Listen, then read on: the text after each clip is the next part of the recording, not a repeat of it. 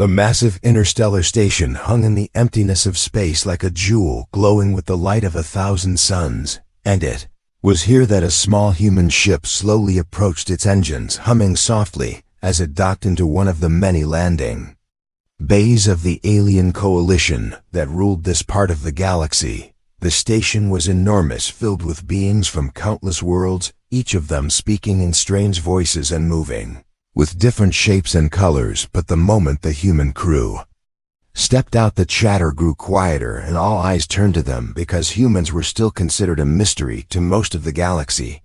The leader of the small group, a tall man named Mark, walked forward with steady steps, his eyes scanning the wide metallic halls of the station. He could feel the weight of the stares from the aliens, but he did not let it slow him down.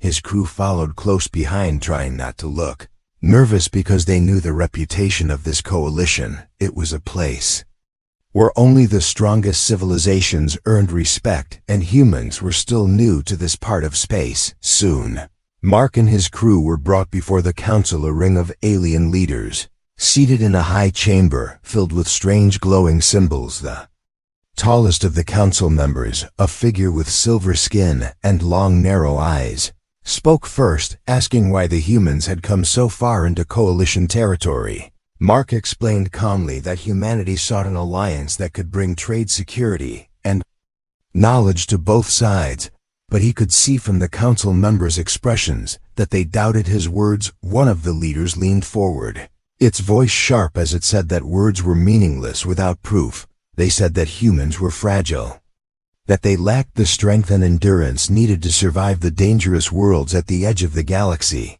The leader then suggested that if the humans truly wanted respect, they would need to face the trial of endurance, a challenge so difficult that no other species had passed without collapsing or begging for mercy. Mark listened in silence as whispers rose from the aliens around him, some of them mocking the humans, others simply curious. He knew this was more than a test, it was a chance to prove that his people deserved a place in this coalition. He stepped forward without hesitation and accepted the challenge. His crew gasped softly, but Mark only gave a small nod, telling them without words that this was necessary. The council led them to the trial chamber, a massive room deep inside the station, its walls lined with strange machines and glowing cables. The air was colder here, and the ground shook with the hum of hidden engines. The aliens explained that the trial would push the body and mind to their absolute limits, that it would bring pain unlike anything a human had ever felt before. But Mark did not back away. He simply stepped inside the chamber, his face calm even as the heavy doors sealed behind him. From a raised platform, the aliens watched, their expressions filled with confidence that this human would fail the moment the trial began. Mark felt a crushing weight slam down on him as the gravity in the chamber intensified. His muscles screamed in protest, but he forced his body to remain upright. A bright light flashed overhead, and the temperature dropped so low that his breath became ice, but he refused to falter. Hours seemed to pass, though the alien observers knew it had only been minutes. Mark kept breathing slowly, focusing his mind on each moment as the pain tore through his body. His heart raced and sweat ran down his face, but he would not surrender. The aliens whispered among themselves, wondering how long this man could last. No member of their own species had ever lasted this long, and yet he showed no sign of giving up. Mark closed his eyes, remembering the faces of his crew and the countless humans back home who depended on him. He thought of the struggles his people had endured over centuries of war, disease, and hunger, and he realized that the pain he felt now was nothing compared to the hardships that had shaped humanity.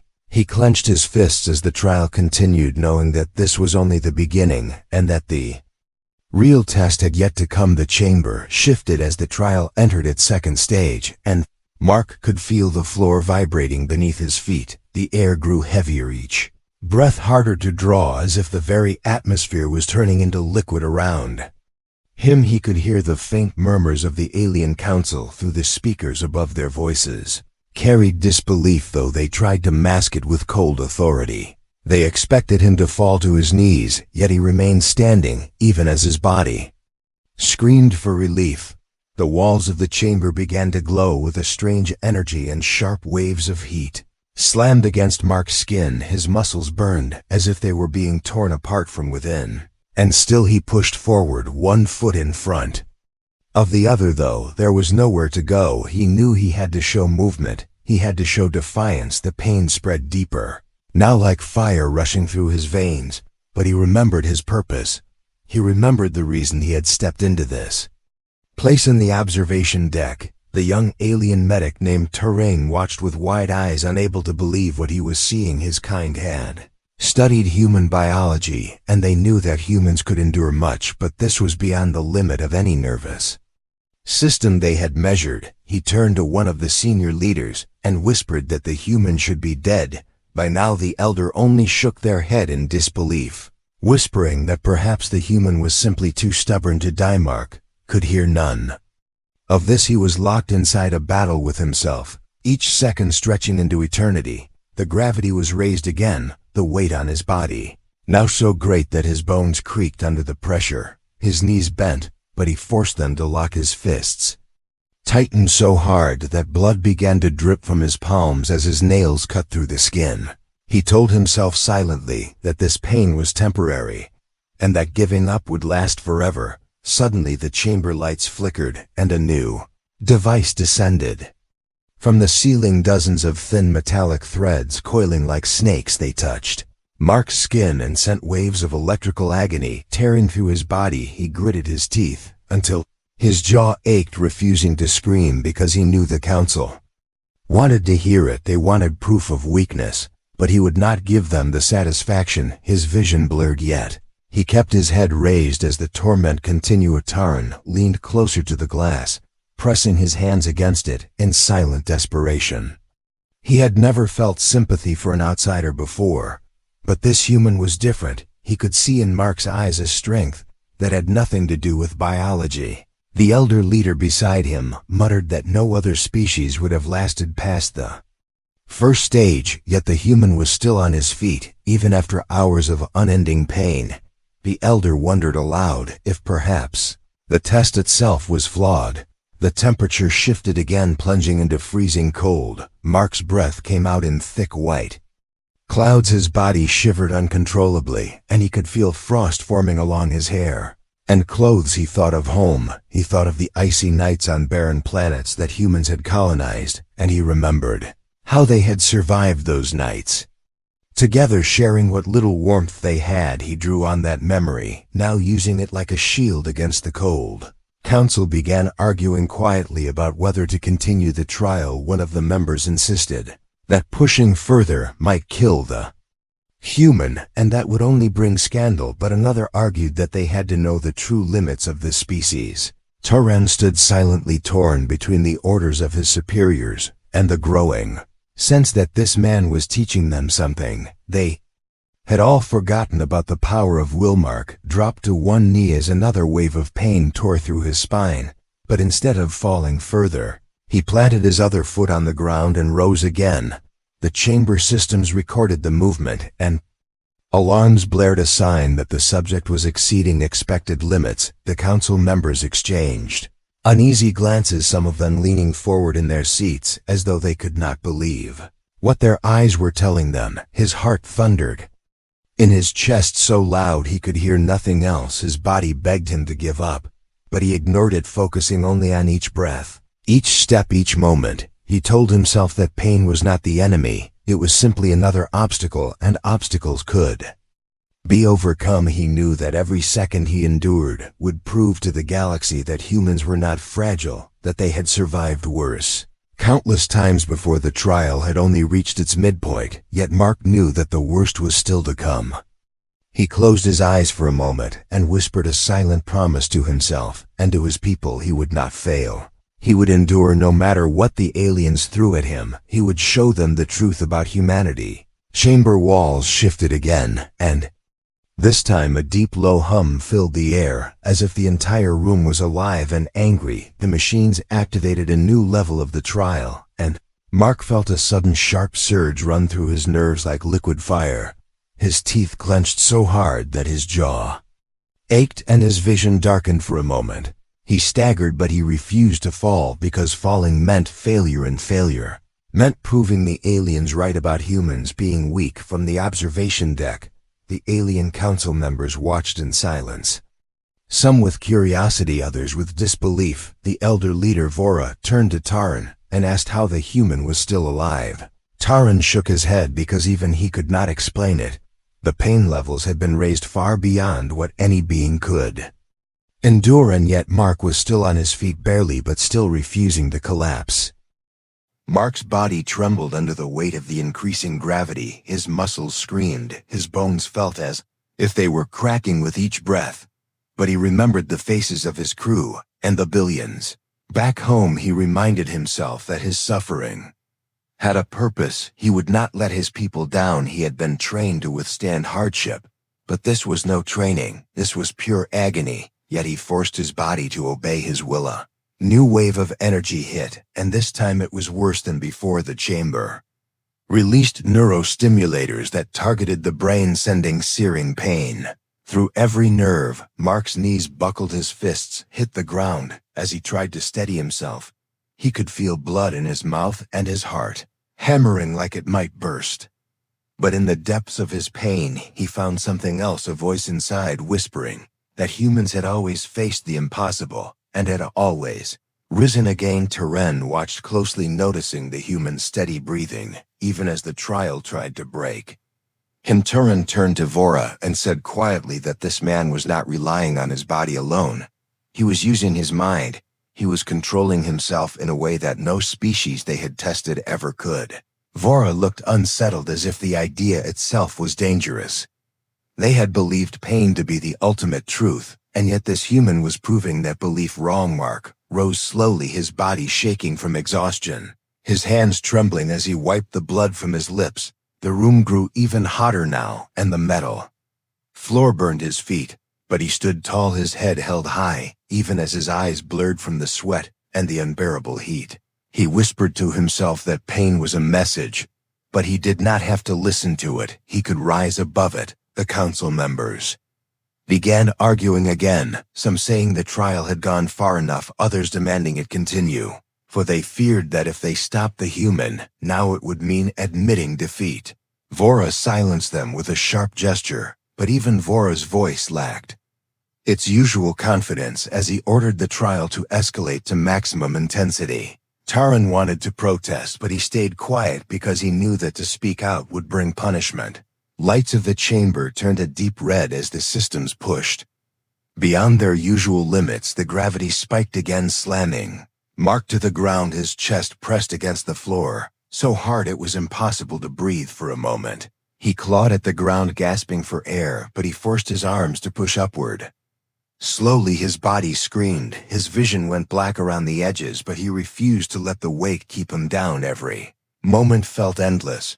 But Mark focused on one single thought, that he was human, and humans were survivors. They had lived through endless wars, through famines, through plagues, through disasters that had wiped out entire worlds, and yet they had endured. He told himself that pain could not destroy him, because his will was stronger. Taran leaned closer to the glass, unable to hold back his emotions. He whispered that the man should stop, that he had proven enough. But Mark could not hear him. He only heard the beating of his heart and the sound of the machines testing him. He dragged himself upward until he was kneeling. Then he pushed harder until he stood fully upright again, his legs trembling like they might break. But he stood nonetheless. The alarms of the chamber began to scream, warning signals flashing everywhere, because the human's body was surviving levels meant to incapacitate or kill any living thing. The council members stared wide-eyed, unable to speak, their belief in their own superiority beginning to crumble before their eyes. Mark looked up at the cameras, his eyes filled with determination, his body broken and bleeding, but his voice clear as he whispered a promise, not only to himself, but to the galaxy, that pain would never own him, and that no matter what came next he would endure. Chamber roared with the sound of hidden engines pushing beyond their normal limits, as if the entire station trembled with the power needed to sustain the trial. The floor burned against Mark's feet, and the air felt like it was tearing into his lungs. With each breath, he stood there swaying his body, drenched in sweat and blood, yet his eyes still locked on the walls around him, because he knew the council was watching, and he would not give them the sight of him. Broken on the observation deck, Vora leaned forward, his silver skin gleaming under the pale light, his voice low and uncertain as he told the others that they had never seen anything like this before. Turin looked at him, then back at the human, and said that they should stop the trial now before it killed him, but Vora hesitated, because he knew that if the trial ended now, it would be because they feared the human, and the coalition had never admitted fear to any species.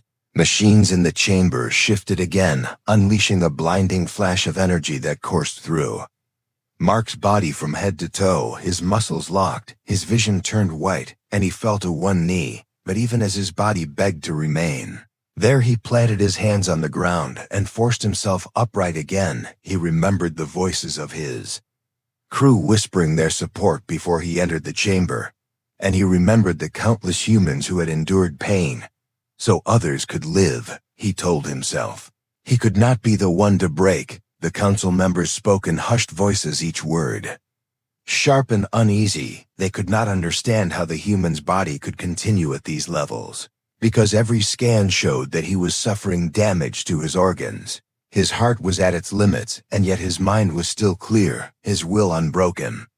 Turin whispered that it was not about biology anymore, that the human was surviving, because he refused not to. Vora's eyes narrowed as he realized this might be the very thing that made humanity dangerous. The temperature inside the chamber plummeted, now into a freezing cold that bit into Mark's skin like knives. The sweat on his body turned to ice, and his breath came out in painful bursts.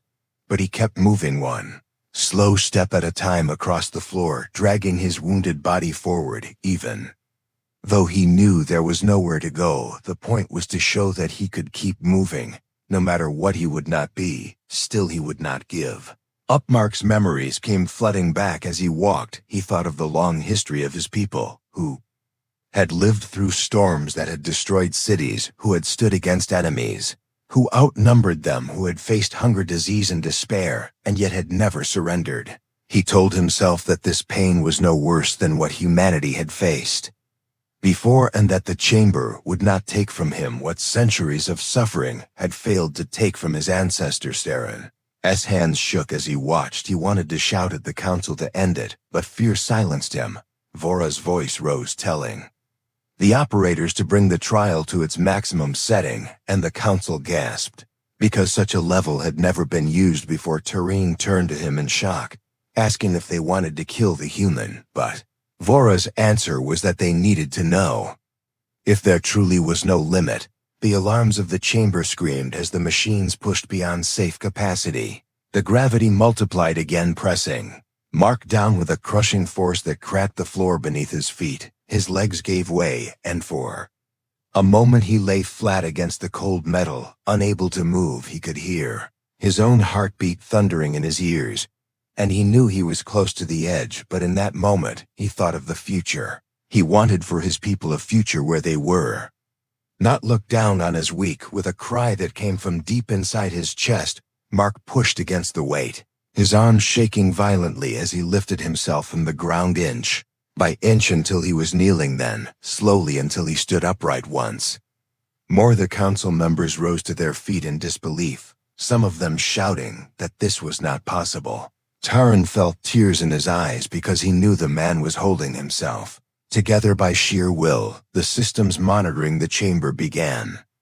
to overload. Sparks flew from the walls as the machine screamed in protest, but Mark was still standing, his chest heaving, his body trembling. He looked directly at the cameras and spoke in a rough voice that carried across the station. He said that pain would never own him, that it might break his body, but it would never break his spirit. The council chamber was silent as his words echoed through the speakers. Some of the leaders lowered their eyes, others whispered that they could not allow the trial to continue because it would destroy the station itself. But Vora did not answer. He stared at the human, as if seeing him for the first time. Mark swayed slightly as his vision dimmed, but he stayed upright until the very last machine in The chamber shut down, leaving only the sound of his labored breathing. Chamber fell silent after the machines powered down and the heavy doors began to slide open, releasing a burst of cold air into the hall. Outside, the council members stood motionless as Mark stepped forward, his body battered and trembling, yet still upright, his feet dragging slowly across the floor. He could barely see clearly as his vision swam, but he would not let himself fall now, while the eyes of the galaxy were upon him. The alien council stared at him in disbelief, their expressions a mixture of awe and fear, because they had seen beings collapse long before the end of the trial, and none had ever survived the levels that Mark had endured. Vora stepped forward. Slowly, his silver hands clasped together as he studied the human who now stood before them, like a figure carved out of iron. Taren hurried to Mark's side, ready to catch him if he collapsed, but Mark raised a hand, refusing the help. His voice, though hoarse, was steady as he said that humans would always stand no matter how much they suffered and no matter how much the galaxy doubted them. He told the council that his people had been forged by challenges since the beginning of their existence, and that pain could never take away their will to survive. The words filled the hall with a heavy silence, and even those who had mocked humans before could not meet his eyes. Vora finally spoke, his tone softer than it had ever been. He admitted that the trial was designed to break even the strongest of minds, and that no logic could explain how Mark had survived. He said that the coalition had underestimated humanity, and that from this day forward they would no longer question their strength. Taren looked up at his superior in surprise, because it was the first time he had ever heard Vora speak with genuine respect for another species. Mark swayed slightly, his body threatening to give out, but he forced himself to remain upright as he listened to Vora's words. He knew that what had been won here was more than just his own survival. It was the survival of his people's reputation in the galaxy. It was the chance for humanity to be treated as equals. He looked at the council one by one and told them that the galaxy was vast and full of challenges, but that humans would never run from any of them. Taren stepped forward and asked in a quiet voice how Mark had endured the pain, how he had managed to stay on his feet when every part of his body must have wanted to give up. Mark looked at him and gave a tired smile. He said that pain was only temporary, but giving up would last forever. He said that someone always depended on a human making it through, and that was enough reason to keep going. Those words struck something deep inside Taren, who lowered his head in respect. Council members moved aside, allowing Mark and his crew to leave the hall. The humans walked slowly, supporting their leader as they stepped onto the platform that would take them back to their ship.